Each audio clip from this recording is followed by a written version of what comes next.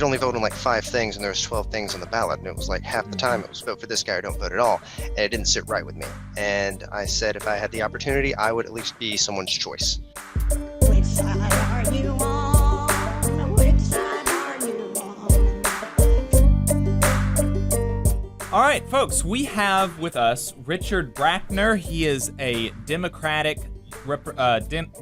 candidate running for State House. Richard, what district is it that you're running in? District 95, which is the very south, the South Baldwin. Running in State House District 95. Richard, I appreciate you taking a long lunch break from your shift at work to talk to us. Oh man, I appreciate you just wanting to interview me. It's an honor. Yeah, well, hopefully, your Mobile is a little bit outside of our FM area, but we are on we're actually, you know what, I just thought about this. We're on a community radio station in New Orleans, so maybe a couple of folks driving back and forth from New Orleans will hear that'd be in your district. I don't know, but maybe we can keep the interview. Y'all definitely have to let me know when this airs. All right, yeah, we'll do.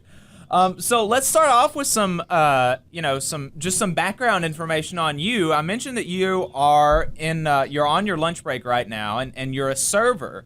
Is that like, have you always been is that your career, or are you going to college? Tell us a little bit about you.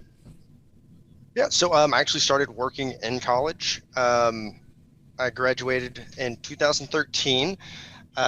With a bachelor's in advertising, and I didn't really see myself in advertising after I learned everything about it. Something about manipulating people into buying a product just didn't sit right with me, and now here I am manipulating people to vote for me, so circle kind of thing. But I started serving, really got a knack for it, so I actually used the skills I learned to travel around the world for a bit, from the years of 2016 to 2019, I was abroad. I served in restaurants in Australia and New Zealand, and got to spend a few months in Asia and Europe because of it, because in Australia and New Zealand, they pay a living wage on top of tips to your servers, which was a really novel idea at the time, and I would love to see something like that brought closer to home. But I came back here, and I've been serving ever since. Wow, how does one serve abroad? I had never even conceived of such a thing. How does that happen? Oh, well, America has a list of countries that we're very friendly with, and I'm going to paraphrase the exact word for the visa, to strengthen relations between the two countries. They let people between the ages of 18 and 30 or 18 and 35, depending on the country, get a work holiday visa to go and spend 6 months to a year in another country. So we've got one with South Korea, but I didn't speak Korean, so I didn't want to branch out that far. We can go to Canada, but only a year after you graduate college, and I missed the boat on that one, and New Zealand and Australia as well. So I've always wanted to go to Australia. It's ever since watching like Steve Irwin as a little kid, and after I was there, everybody kept whispering in my ear, "You got to do New Zealand." So wow, that's topped across and did New Zealand as well. That's fascinating. What That's are really some cool. of some of the highlights you would say of doing that? Oh man, the people, because you're staying in hostels, you're meeting people from all over the world. And I don't know if y'all can hear, but I don't have much of a Southern accent anymore. And it's because people who have English as a second language cannot understand a Southern accent. And being 3 years abroad kind of beat it out of me. Now I talk like a news reporter. But besides that, the culinary cultures, like I serve food because I also just love food. And being able to try all sorts of different stuff is amazing. It opens your mind up to so many more ideas, or so many different ways of thinking and being that you don't get unless you take that first step on an adventure kind of thing. It's amazing experience, and if you're young enough, man, I highly suggest, if you don't have any roots planted, looking into a visa opportunity. Yeah, I definitely work for the government actually, and occasionally there are temporary detail deployments over there, like at some of our bases in Germany and over there in Europe. So I've considered it, and I always keep my eyes open when those announcements come across my desk. So definitely something that I want to do Germany would be an sometime. easy one. Everybody in Germany speaks English. It's actually really hard to practice German in Germany because they want to practice their English so much. But it's also a very beautiful country. I spent about 4 months there, and it was amazing. Awesome, awesome. Well, so Yeah. what motivated you to run for office then as a server? So I worked in just kind of like a podunk burger joint, right? It wasn't enough to really make a whole lot of money at, but most of the people that I worked with, even still, even just working at a burger joint, those folks were like working to pay the bills, right? And most of them were not very political, and they just kind of like put their head down and they wanted to work and they wanted to go home and smoke a blunt and drink some beer. That was it. Like there was I like mean, I used to not. be in a very similar position, especially right Mhm. when I got out of college. And I didn't really get politically motivated until 2016. I was in Australia and they were advertising the Trump-Clinton debates like it was a big deal. It was Mhm. such a circus, even overseas, that I started paying attention. And then, of course, I got to see Alabama's name pop up on international news lists with the Governor Bentley thing, and that got me paying Mm. a little bit more attention to local stuff. And then what really pushed me over the edge and made me throw my hat in the ring was the 2020 election.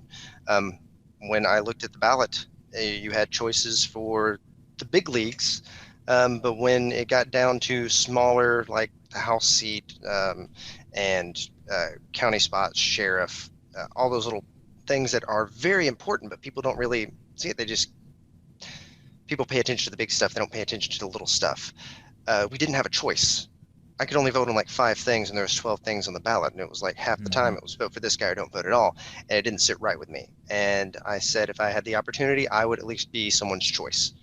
And that was originally like the whole thing. Originally, I thought I was going to run for something small when I contacted the Democrats. And 20-minute conversation with Jason Fisher, who is the chairman of the Baldwin County Democrats, he Mm. convinced me to run for something a little bit bigger, the state house position.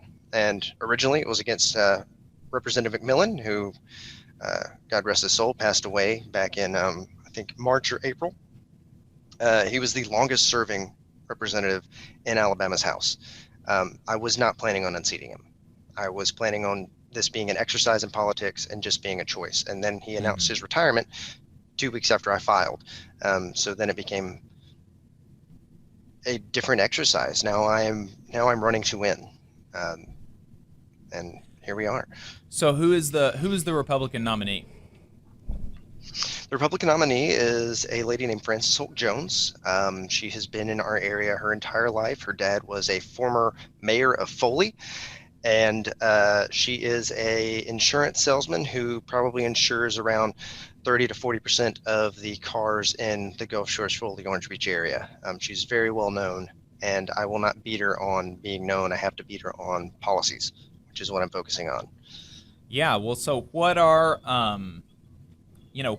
some of the things that differentiate you from her, would you say? Well, I guess the easiest thing is, so my grandmother is a registered Republican, so she got to get her little pamphlets, and Frances is running on uh, Christian conservative values, which to me is regressive. It means we're going to say, with her in the House, we're going to continue to say no to gambling and the lottery. We're going to continue saying no to things like recreational marijuana. We're going to continue saying no to expanding Medicaid. And those are things that I want to say yes to. I think that Alabama has a lot of revenue that we're missing out on because we continue to say no to, I guess, I don't even say risque, but that's how people view it. Like these risque things like gambling and marijuana, even though we have an ABC board for booze and we sell cigarettes everywhere. But yeah, that's the main difference is I am not running on a religious platform at all either. I want for anybody from any religion to be able to look at me and not feel alienated. And uh, how do you think that is going to go over in your district? Talk to us about your district. Is it a very, religious district, or very very conservative, or how do you feel like your district lines up with what she's selling and what you're trying to run on? Oh, it lines up perfectly with what she's selling. Is Baldwin County historically has been a very red district since the great big Democratic to Republican flip that happened in like the early 90s, late 90s. In fact, McMillan used to be a Democrat and flipped over to Republican. And since then, Republicans have made this a real stronghold. In fact, they have scared off Democratic candidates from running. The last time someone ran for this district under a Democratic ticket was 2006. I couldn't even vote in 2006. Wow. As far as the Christian thing goes, I mean, we're in the South. We are, I've heard Alabama is called the belt buckle of the Bible Belt. You can't drive 5 minutes in one direction without running past at least a church and a half. So if she plays up on that Christian evangelical side, she will win their vote. But we are also one of the fastest growing counties. We are the fastest growing county in Alabama. We're the 7th fastest growing county in the country. And it's not because people are having babies on an exponential rate here. It's because we're getting an influx of people coming all over the country to be in this beautiful little slice of heaven we have down here. And they're bringing with them a lot of different ideas, and a lot of them are a lot more left-leaning, even if they consider themselves more conservative in another state. When they get here, they're kind of shocked at how right the right has gotten. And it's pushing themselves to the left, and I hope to welcome them with open arms. So it's going to be a very interesting election because we haven't really gotten an idea of what that population has shifted to since 2006 because nobody's ran. Interesting. So what is your plan? If your idea of the district is kind of generally pretty conservative, what is your plan to reach out to the to folks that you feel like maybe initially inclined to vote for somebody that's doing this kind of weird Christian nationalism that Republicans are trying to push out right now? I plan to come from them from the direct middle of the aisle. The issues I want to work with on a local level are issues that everybody sees that need to be done here. Mainly issues with infrastructure, because we are so fast growing and we get more and more tourists every year. We're playing catch up constantly, and I want to get ahead of that curve. And everybody else does too. And that's something that everybody sees eye to eye on. I think even Frances would say that she sees eye to eye on. Now, how we go about that and getting the money for that would probably be two different things. But also just, I want to reach them with common sense things. Like, it's nonsense that Alabama pays a grocery tax. And I know that two conservatives, one in the Senate and one in the House, both put forth bills to get rid of the grocery tax last session. And it did not come to fruition, sadly, but that gives me something I can run on, something that I think will be very, very easy to reach across the aisle and shake a lot of hands over. And it's going to be very, very easy to get voters to see that way too. I think also, something I wasn't planning on, but it happened. July, the Roe v. Wade thing is going to be a very divisive issue. Since she's running on Christian conservative politics, I mean, I'd be willing to bet my bottom dollar that she is going to want to uphold the 2019 Human Rights Life Act. I don't want to uphold that. That only has a caveat for abortion when it comes to the saving the life of the mother. I believe that there are much more caveats to be put into a bill to make it even semi-workable. Things like rape and incest, things like genetic or physical abnormalities in the fetus where they will be non-viable in the first place, and why would you want to stress a mother out? And I think we're going to see a lot of people who are not voters normally coming out of the woodworks, and they're going to be looking for someone who shares their idea of choice for women's reproductive health, and I want to be that choice for them. So, do you think that you're going to be able to get her to engage with you during this campaign? Do you anticipate any public debates or candidate forums with both of y'all present? That is an excellent question, because I have been lobbying this idea to her since, I think I called her in June, and she basically politely wrote the idea off, saying that there would be no interest in seeing a debate. So what I'm starting to do now is, and by the time this goes out, hopefully this will be picked up in news websites and local papers, but I'm trying to say that there is an interest to see a debate here. Since we are both non-incumbents, we both have no political history here, people deserve to know who they're voting for and what we stand for. And I'd like to see that be on the stage. So yeah, we are, I released a press release. I don't think it got picked up, publicly challenging her to a debate again. And I'm asking people all over my district, if they want to see a debate, to write letters to the editors saying so, getting that opinion out there into the public, and hopefully getting her out of her turtle shell and into the public light, and making her say definitely where she stands on important issues for our community and our state as a whole. So, because this is a union radio program, we're definitely interested in an examination of politics for working people. And so I'm interested in your approach and philosophy to labor relations in general as it relates to the office that you would take if you were elected. Well, labor relations in general. We see a lot of candidates who run on either side of the aisle. One of the first things they say is, I'm a small business owner. And this has happened time and time and time and time again. I'm not. I'm a worker. I am a laborer. And I want to have a laborer's voice at the table in Montgomery. I think it was abhorrent what Montgomery passed last session, where and I can't remember the name of the bill, but it's basically saying that a cop can look at 5 people, and if those people are protesting in slightly the wrong way, he can just say that's a riot and arrest them. That's stepping on their First Amendment rights. So one of the first things we can do to help laborers, especially protesters like UMWA District 20, is get rid of that bill so that they can exercise the freedom of speech that the Bill of Rights guarantees them in this country. As far as labor boards with not really union, but labor as a whole, Alabama needs a living wage. The federal wage has been stagnant for over a decade, and Alabama does not have one on the books. And people who are working 40 hours a week on minimum wage cannot afford to put food on the table and pay their rent at the same time. And that's ridiculous. And then we can go into, because of that, now we have the parasitism of payday loan groups, which thrive on people in poverty. And that's a whole nother thing that does relate to labor, but we'll put that to the side and focus back on labor relations. But Alabama has been all too happy to give companies and corporations all the power when it comes to having a discussion with their workers on benefits and rights given.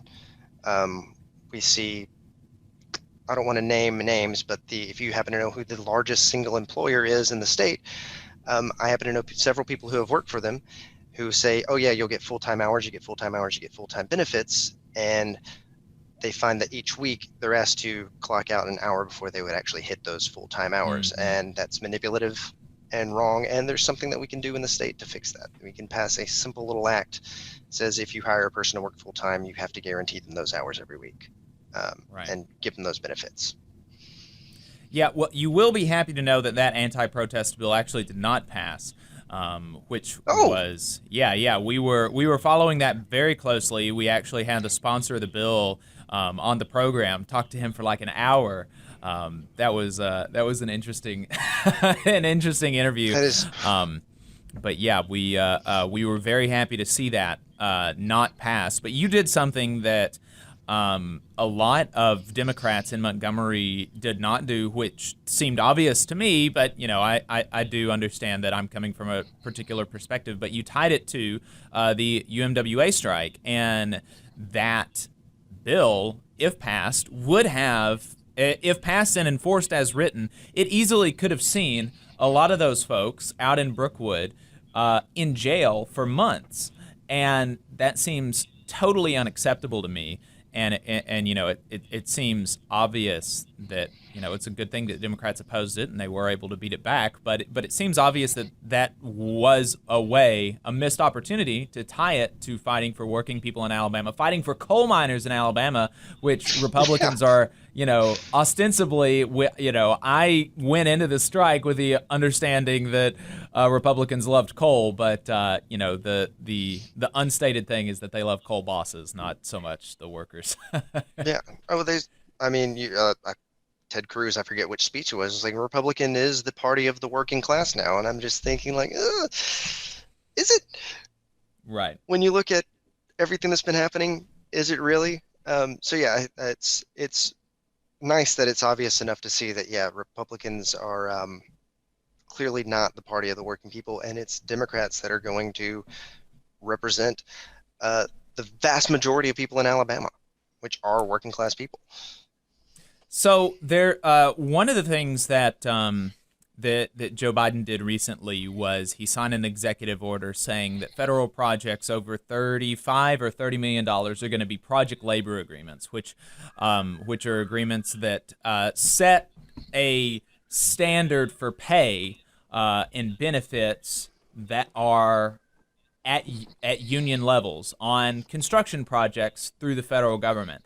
This is something that Alabama does not have, and that makes projects for the state of Alabama in a lot of instances races to the bottom. It disadvantages local workers. It disadvantages union workers, and it is to the advantage of sleazy contractors who, one, don't do a good job, who don't pay their workers well, who hire, in a lot of instances, undocumented immigrants that they're able to use and abuse and not pay well.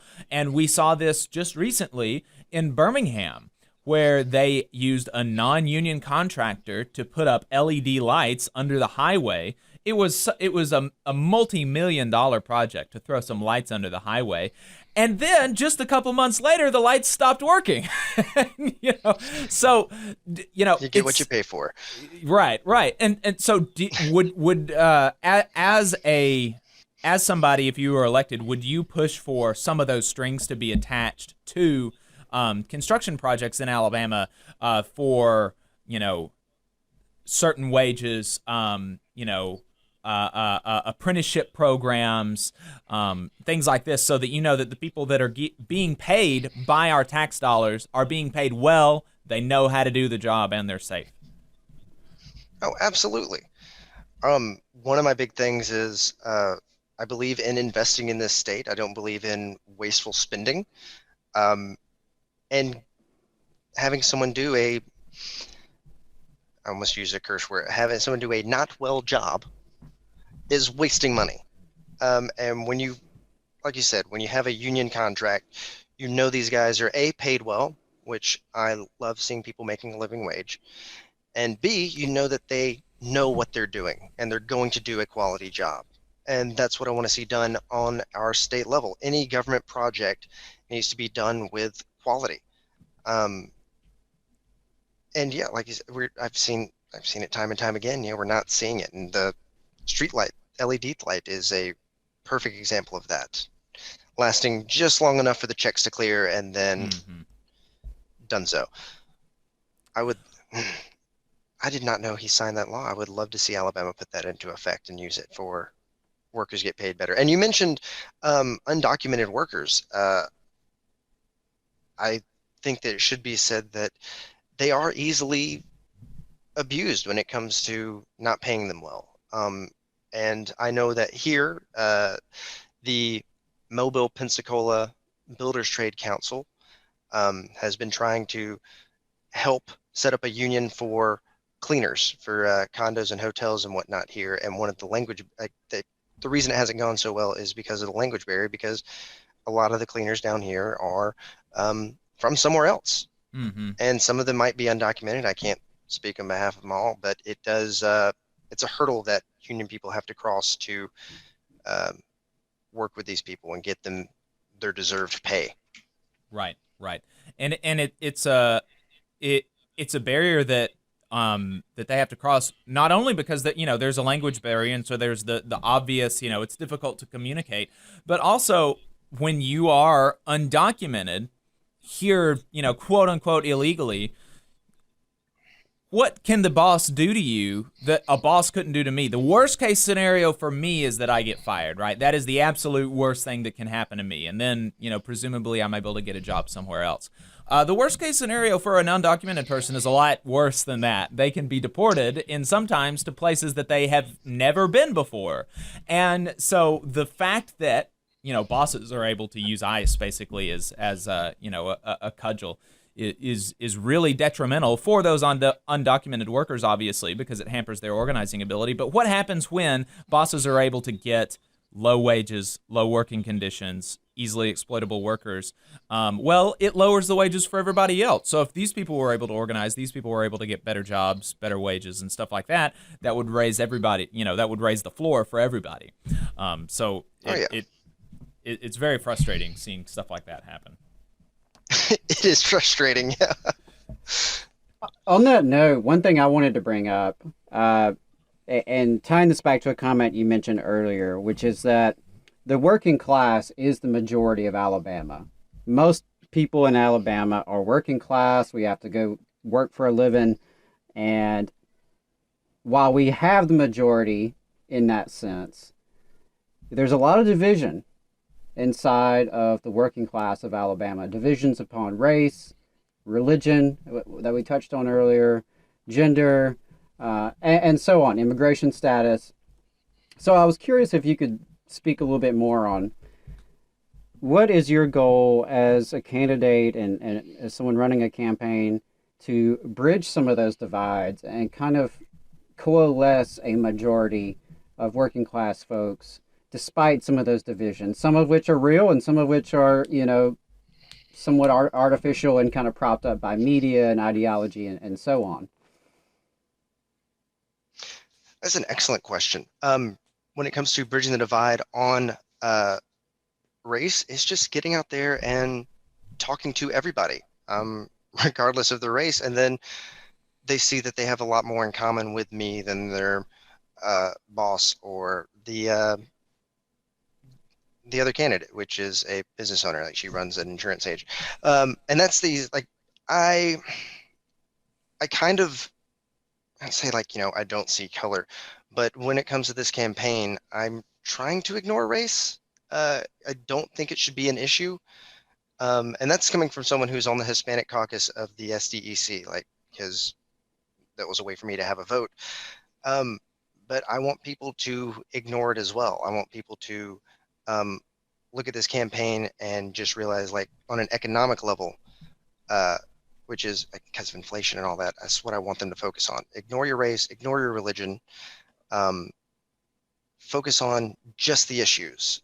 And when I talk to people, that's what I try to focus on. I don't ask them who they pray to. I don't care what color the skin is. I just care that they have enough money to put food on their table and gas in their tank. I care that their boss is treating them well. I care they have health insurance. One of the other things that I want to see done is getting that governmental supplement to expand Medicaid. And I have not heard my opponent say anything about that.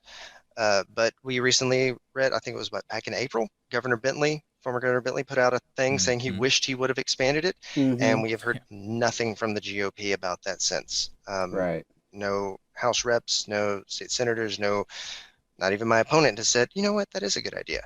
And I think we can use that to unite us, because he was very Republican. And I wish I could answer this question better, but it sounds a lot better in my head than when the words come out. But yeah, no, I'm trying to unite by ignoring a bunch of things and focusing on just the big circle of a Venn diagram that is just, you're a working class person, even if you're comfortably working class, even if, say, you're a plumber who does very well for himself, because no matter what happens, everybody's plumbing messes up. You have more in common with the bagger at Publix than you do with a person who owns 4 Subways or something, a franchisee.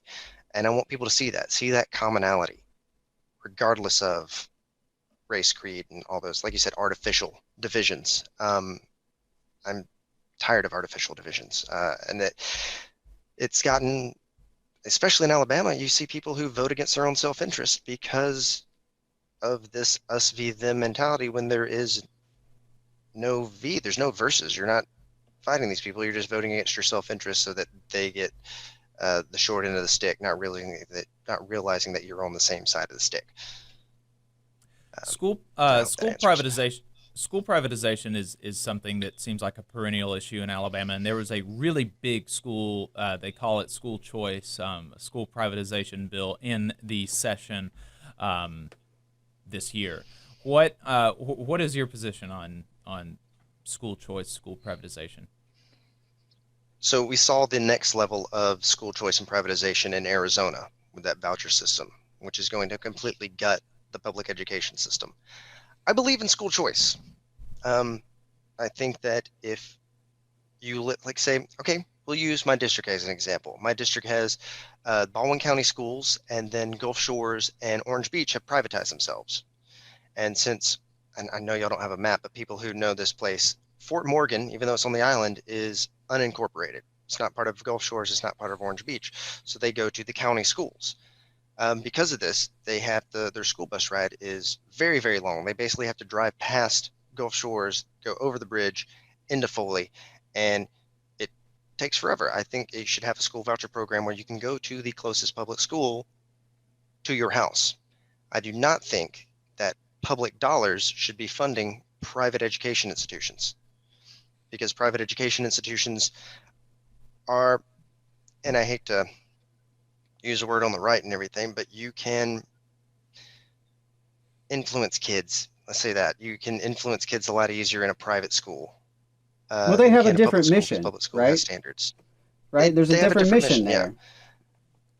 Yeah. I mean, you could even say, like, the word groom, but Well, let's and do it with private influence. schools can be exclusionary. Like they're inherently exclusionary by definition, right? They're private, but um, that's something that they are allowed to do. They are allowed, you know, school choice. I know is a clever framing, but what that means in practical terms is the schools can choose the students they want to serve, Mm-hmm. and private schools have that luxury, and to some extent charter schools as well in different ways. But Oh, that is public exactly right. schools don't get to choose, right? Whoever shows up at their door, regardless of their income level, the parents' involvement, the language, if they're in the district, they have a right to attend that school and to be given a free, appropriate public education by law.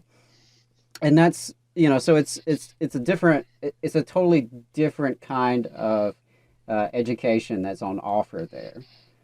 And Yeah, I think you're right a on there that, non-exclusionary education. right, yeah, and I think you're right that private schools have different methods. There are some private schools that are good, some private schools that aren't. That's your prerogative if you so choose to go there. But it becomes a different story when you start talking about public tax dollars funding these private choices and these private institutions who have their own private goals. Exactly. Um, Especially when it comes to schools that are religious in nature. Mm-hmm. I don't believe that you should use public dollars to ensure that a child is indoctrinated into a religion, because you can't even, our government is supposed to have a separation of church and state. And so if you're using state dollars to basically fund a church school, that it's blurring the line, it's breaking down that wall, and I don't agree with that. How do you think that Democrats should function and maybe could do a better job going forward in the super minority? We're talking about some things that you would like to do if you got elected. Legalizing marijuana, being pro-choice, overturning that the abortion law, stuff like that. But we recognize that I don't even know if there are enough Democrats running that if all of them won, they would be in the majority, right? So, in all likelihood, even if you win, you're going to be in the minority, if not, and probably in the super minority, right? So everybody could leave. All of the Democrats could leave, and the Republicans could still pass all the legislation that they want, right? So, Exactly. Yeah. what can you do? What do you think Democrats should be doing from that position to show working folks in Alabama that that they care, that they are who working folks in Alabama should be voting for? What can you do from a super minority position in the legislature? We need to pass very simple bills that do just one thing well, and that one thing needs to be popular across the board. I'm going to go back to the grocery tax thing. And we'll use the grocery tax thing, and then we'll use a federal example. We'll use the Build Back Better bill. The Build Back Better bill had a bunch of individual things that were popular across the board, and like 70, 80% approval for everything. But when you put it all together, the Republicans were able to twist it in such a way where it got very low approval ratings in the Republican side, right? So we need to focus statewide on very, very simple bills, like saying we're going to get rid of the grocery tax. That's the only thing we're going to do. And I think we'll be able to, there's enough people who are just center right to reach across the aisle and say, that's a good thing. That's going to help my constituents. That's going to help me get reelected. And once we have that win, we move on to something slightly bigger. And I think the next big thing is probably going to be a lottery. Very simple bill about it. Don't include gambling with it. Gambling, I think, is a little bit too divisive. That's not saying I don't want gambling, but I want to do two separate bills to get it. We should have just a lottery bill and then come back and do a gambling bill. Because I think if we get the lottery bill, it'll be that much easier to sort of guide these Republicans who are seeing the light and kind of getting a little progressive, and getting more and more of them on our side. Because we're not going to be, like you said, every Democrat could vote the same thing and they could just shut us down. We need to work together with conservatives. We need to find commonality and get those passed. I know some things are going to be hard lines in the sand that we're going to continue like a battering ram and try to pass certain things like repealing the 2019 Abortion Act. Now that has to be something that we really, really focus on, but we cannot lump it together with something else that we can pass. We need to do one thing at a time. And if it doesn't get passed the first time, we put it back forth again, put it back forth again, put it back forth again.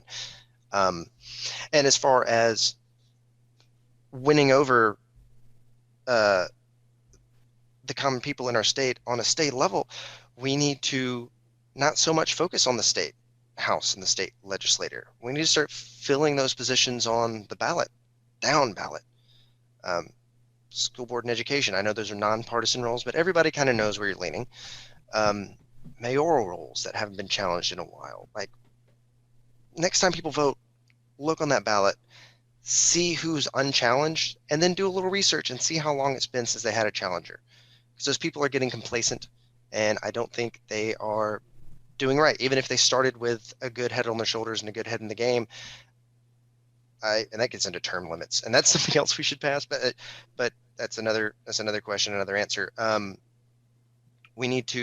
Democrats need to show out and challenge these people who are just sitting on their butts in the county and getting a paycheck for it and are going completely unchallenged. So they're not willing to try new ideas to better their communities because they don't have to. Richard Brackner, where can people learn more about you and potentially help your campaign if they're interested? Oh man, I would love for people to help my campaign. If you go to my website, richardbrackner.com, thanks for having a unique name, I got it. You'll find a link for my Act Blue, and you can donate there. You can also find me on social media. If you go to my website, you'll see a link to my Facebook page, my Twitter page, or my Instagram page. I'm most active on Facebook and Twitter. I'm not such a good photographer, so I don't post a lot on Instagram, but I'm hoping to change that. And if you're down in District 95, I try to post events and do stuff. I'm going to try to do stuff more and more. Come find me in person. If you see me having a beer at the bar, come say hey. I am willing to talk shop anytime anywhere.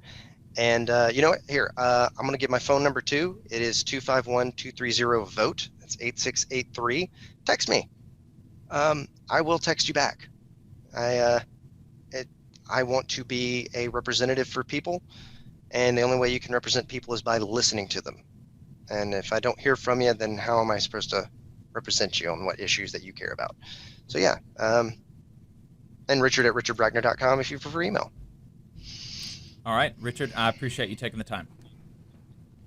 It was a pleasure. Thank you guys, and enjoy the rest of y'all's day. All right. Thank you so much. Thank you. You just saw a clip from the Valley Labor Report. We are live every Saturday morning from 9:30 a.m. till 12:30 p.m. And we pride ourselves on keeping all of our content free to everybody so that we can talk to as many working folks as possible. If you support the work that we're doing, you think that it's important, you think that it's good, then consider making a monthly contribution to the project, and you can do that on our website, tvlr.fm.